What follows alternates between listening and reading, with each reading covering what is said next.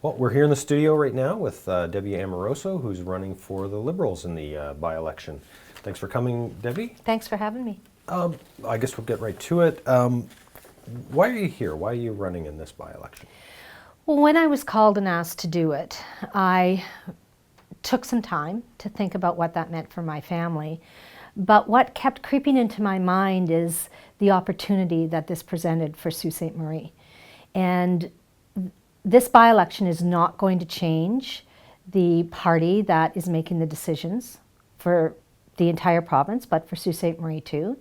And I think it's imperative that we continue to be part of that decision-making body where we're at the table, we have access to ministers, where we can really tap into various opportunities in this last year before there's a general election. So that's really what prompted me to get back into the arena. Do you think that a community that has a member of the government fares better than one that doesn't? I absolutely think that, and I think if we look back at our history, we've had some really, really good people representing us in Queen's Park, but they haven't been aligned with the party that is governing the province.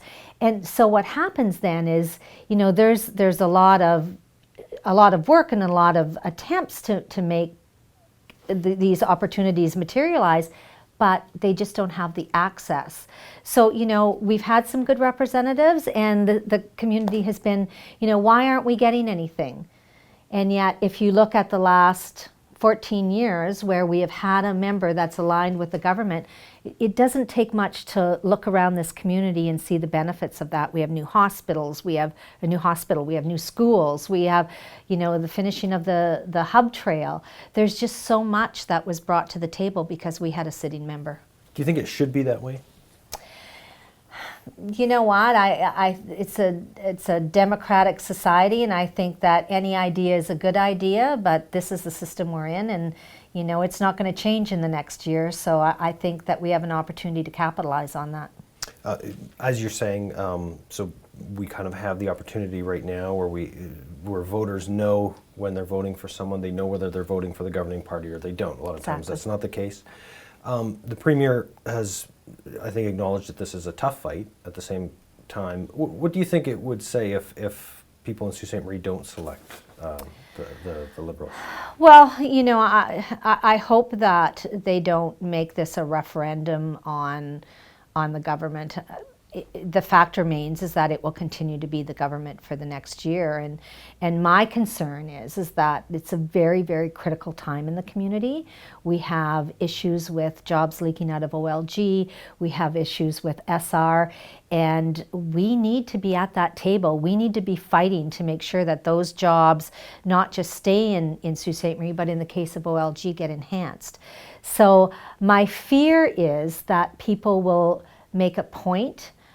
I'm encouraging them to make a difference, and the difference is to stay at the table and fight for those opportunities. You talk about being at the table. What one attribute does our next MPP need to have above all else? Well, I think, you have to, government as in business, as in anything, is all about relationships. It's about being able to work together. And I have a history in this community of being that bridge builder, of being that collaborator, of having the ability to bring people together from various factions. And I think that that's critical. Also being aligned with the party that's governing. This week was a perfect example. I was on the phone with the Premier this morning about OLG, and earlier in the week I was on the phone to Minister Sousa because the Ministry of Finance is the ministry that's responsible for OLG. So, having those relationships, being able to pick up that phone, have that quick call, have that encounter in the hallway, it's just immeasurable. And so it really is about relationships and how you make them work effectively for your community. What do you think has been the defining issue of this campaign?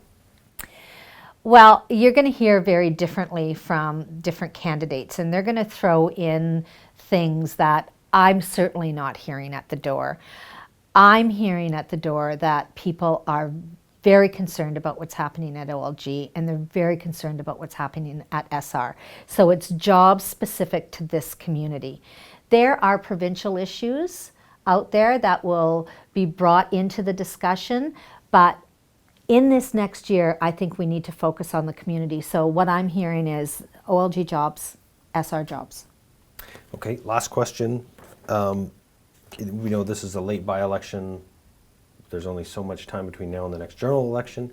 First 100 days, if you could accomplish one thing, what would that be? A path forward for starting to augment jobs from OLG starting day one. So, how do we start looking at bringing more departments from the OLG here to the community? And how do we look at capitalizing on the supply chain and developing clusters of businesses and opportunities for the gaming section?